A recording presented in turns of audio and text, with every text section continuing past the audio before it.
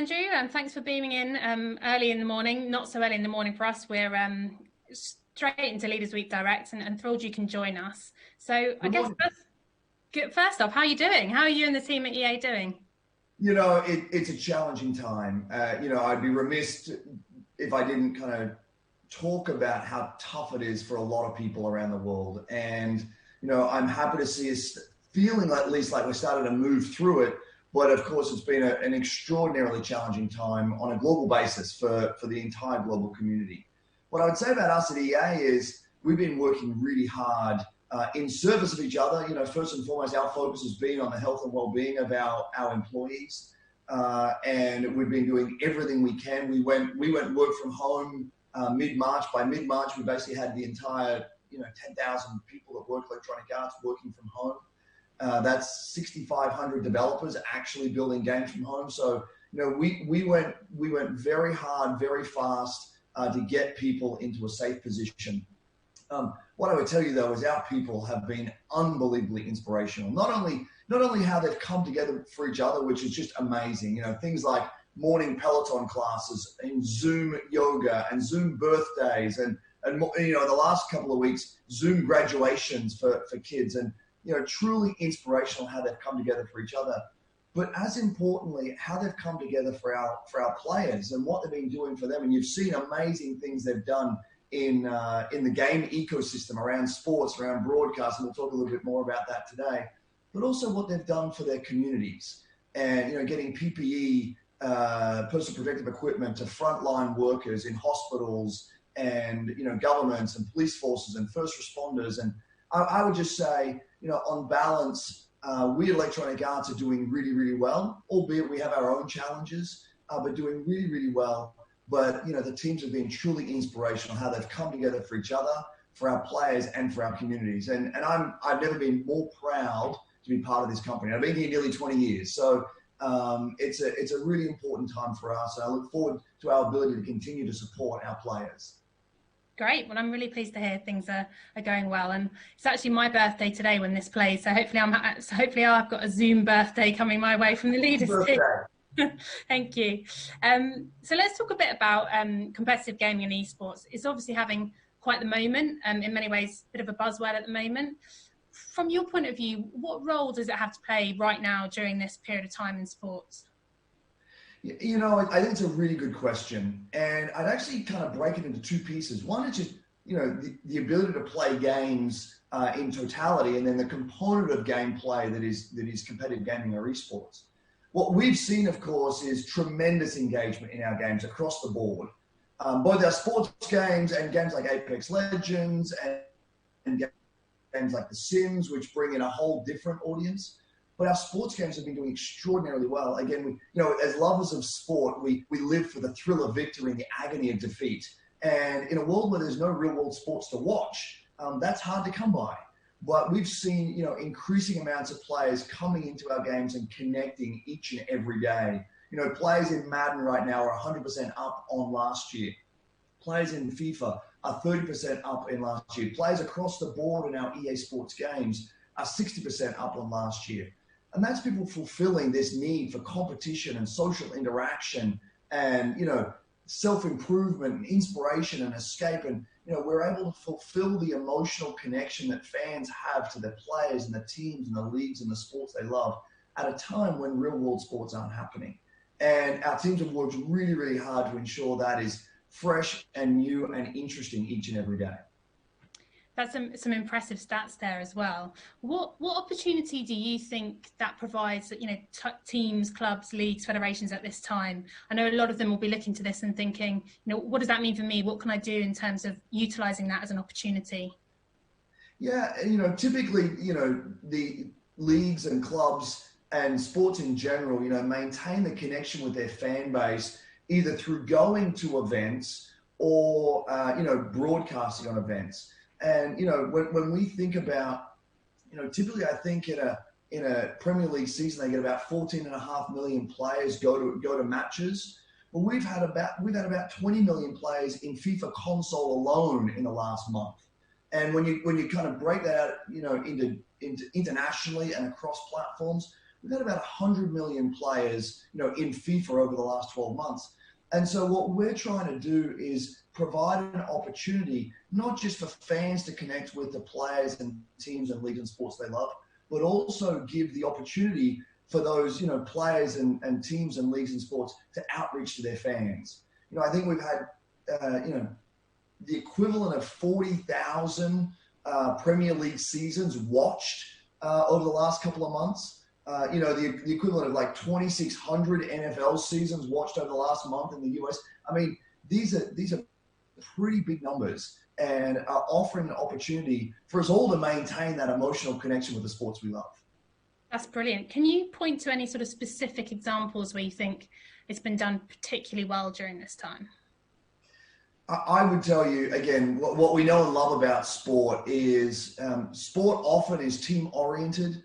And even where it's an individual sport, you'll hear those individuals talk about the team that helped get them to that moment where they could compete and win in the arena or in the ring or on the court or whatever it might be. I would tell you it's been truly a team effort across all of sport. In America, we've seen, players like Juju Smith-Schuster just dropping in and playing with fans. For a lot of people, they can't remember the last time Wayne Gretzky played hockey. But I can tell you it was about 2 weeks ago in EA Sports NHL 20 where he came together and played against Alex Ovechkin, and they put a whole tournament structure together and raised money for charity. We did a stay and play cup across our FIFA franchise. 18 top flight clubs across Europe with their players came together and played in a tournament where we donated $1 million for COVID relief. And so I would just tell you we're seeing this across the board, which is our league partners, our team partners, athletes in those leagues and teams are coming together in service of the global community that is facing this COVID challenge right now. And again, I grew up in EA Sports at Electronic Arts. I started in the company building sports games. I spent most of my career building sports games. I have this other job now that some would argue isn't nearly as fun as the job I had at EA Sports. But the reason I love sports so much was when push comes to shove, when real challenge is facing us, teams come together. And I would tell you, I've seen that across the board and really proud of what sports has been able to do in the context of this global challenge. That's really good to hear. And you mentioned about athletes there, and I think Gretzky and others, what in terms of being able to get the athletes more involved, how's that been for you in terms of an opportunity for gaming and, connecting with fans in a different way? We do this a lot. We've been, EA Sports as a brand, is over 30 years old. And, our games and our franchises have been around for a really long time, and we've built lots of strong relationships. When you've been in the business this long and you've been working with fans and athletes and teams and leagues to maintain that emotional connection. Remember, for most sports, they only happen, once or twice a week. We've got fans engaging each and every day. And so for the best part of 30 or 40 years, our orientation has been to allow fans to maintain that emotional connection with the athletes and players they love. And our athletes that we've worked with for many, many years have used games as that means of interaction. I think what we've seen now is an increasing coming together of these two groups, athletes and fans. And athletes live for the love of their fans. They're inspired by their fans. They're motivated by their fans. And so we've been able to give them that emotional connection. I would tell you, in almost all cases, we've either reached out or they've reached out, but there's been a real coming together. And, I think this is going to build a really strong foundation for this fan-athlete kind of interaction on a go-forward basis, even when real sports come back. Because both fans and athletes have recognized that, this is a really, really powerful medium to connect and build those personal relationships that are so motivating and are so inspiring and do allow us the escape from our everyday world and to surround ourselves in social interaction and competition. So thinking ahead then to sort of, I guess, the post-COVID world, as it starts to kind of come back to some sort of normality, what happens when live sports returns and sort of building on the sustained success or the surge of momentum within the gaming and esports? I think it acts as an amplifier, quite frankly. Again, typically our business is broken into two categories. The first category is how do we do things and maintain the connection to the real world of sport? what is it that's happening in the real world of sport that we can import into your experience and further build the connection that you have with your favorite player, your favorite team, or your favorite league. The second part of what we do is we build this sandbox where we have all of those components, but we let you tell your own sports stories. And we give you a framework and a tool set by which you can tell those stories. And those stories are often, social in nature and competition related in nature. I think what you've seen us do through this phase where we haven't had real sports, things like, team of the season that we would obviously launch in FIFA at the end of the season. Well, we couldn't do that. So we did team of the season so far. And, we've had all of these little things that we've done where we really, really optimize for that second category. How can you tell the stories that are important to you? How can you tell your own sports stories and build those stories with your friends? And how can you build stronger connections with your friends and the sports you love, even when there's no sport happening in the real world? What that's meant is, our existing players have been playing more. We've had lapsed players who kind of maybe were players at one time and got distracted and are doing other things. They've come back. And then we've got a third category of people that have never really interacted with games before, who've come into the environment looking to fulfill these motivations that they've had, these holes of inspiration and escape and social interaction and competition that have been left as a result of no real world sports. And we've really been working with those groups and growing them and helping them fulfill these motivations they have. Once real world sports comes back and we can then kind of feed in this new content and these new happenings and these new things that go on day to day, week to week, we're really excited by what that's going to do for our ability to engage this global population of fans. You talked a bit about, how partners are kind of telling their story and, what makes for a really great partnership. So what kind of gets the best content at the end of the day when you have a working relationship with the sports properties? I think it's passion. At the end of the day, we're in the entertainment business. Entertainment is a fundamental human need. We need it. We need the social interaction. We need the competition. We need the self-improvement. We need the inspiration. We need the escape. We need these things on a day-to-day basis to feel whole as human beings. And what we've seen, through this phase is this unbelievable passion, not just for sport and not just for fans, but what the combination of those two things do and how rich that can be for human life. And, I would tell you, we have tremendous relationships and tremendous partnerships, and we're proud to be able to partner with, the likes of the Premier League and La Liga and Bundesliga and FIFA and the NFL and the NHL and the UFC, who are doing some wonderful things, but it's really this passion, this love for what comes when you put fans and athletes and sports together. And we've done some really, really exciting things. That's really good to hear. And in terms of as live sports, as it begins to come back to normal, the new normal, whatever the new normal looks like, do you see that we've probably had an opportunity to engage a whole new set of fans?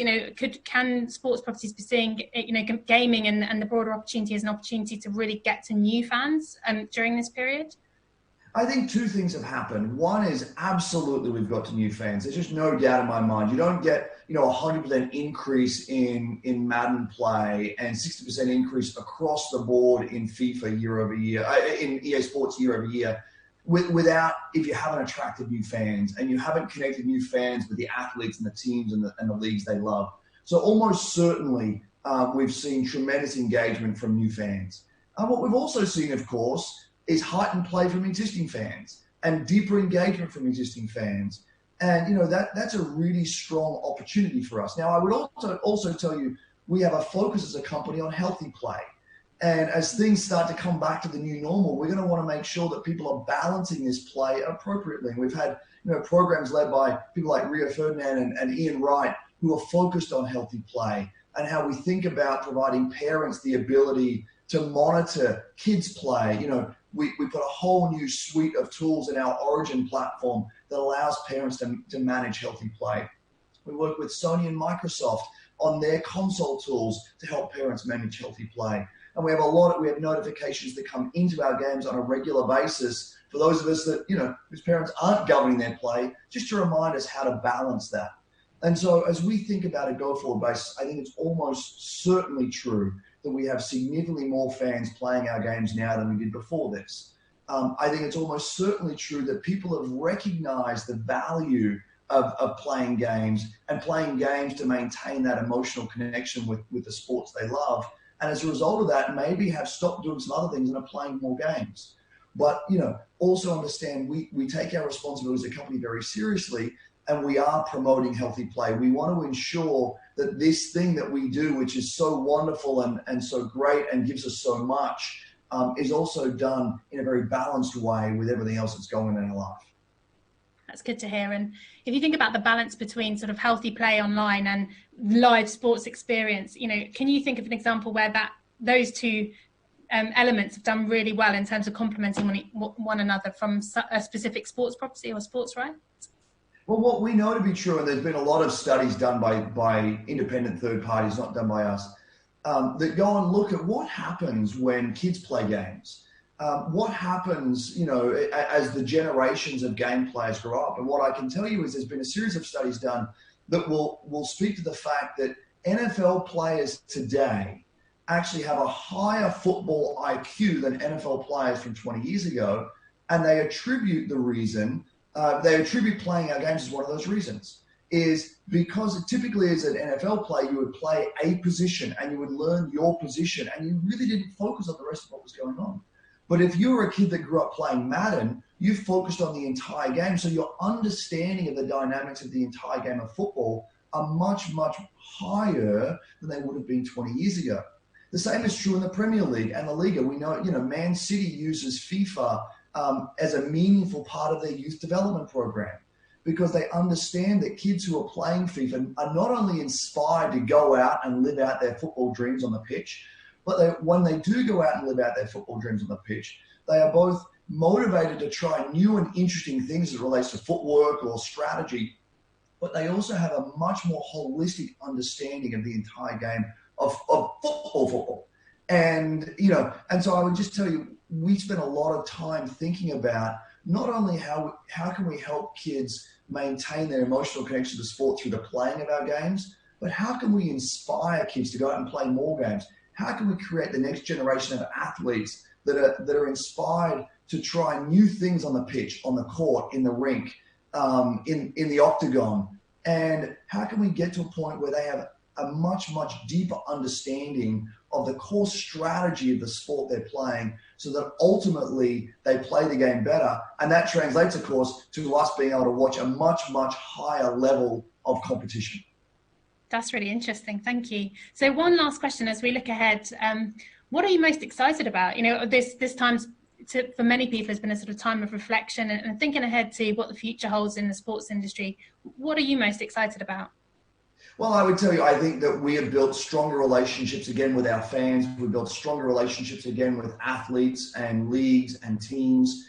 And we've actually come to a greater understanding of this part that our industry can play in the global industry of sport, and how it can be an amplifier of the passion that fans have and the connection that leagues and teams have with those fans.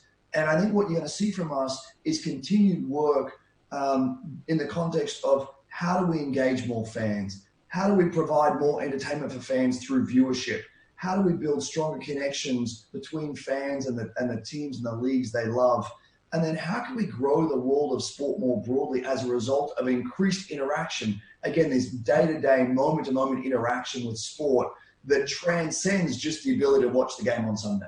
And that's really exciting for us. And as you think about what we've done with the cloud, where we've moved our entire esports broadcasting into the cloud so that we don't have to get people together anymore, we can do it completely virtually, our ability to create more content is significantly greater than it was pre-COVID. Ingenuity of our teams has meant that we're creating hours and hours and hours and hours of this great viewing content to fill the void. Now, when real sports comes back, there's still a whole bunch of time where real sports aren't happening. And I think we're going to be able to use this virtual broadcast platform in the cloud that we've developed through this process to continue to create amazing entertainment content for our fans and continue to maintain that connection and, in fact, enhance and extend that connection that fans have with the sports they love. That's brilliant. Thank you very much, Andrew. Really appreciate your time. Wonderful. Thank you so much for having me.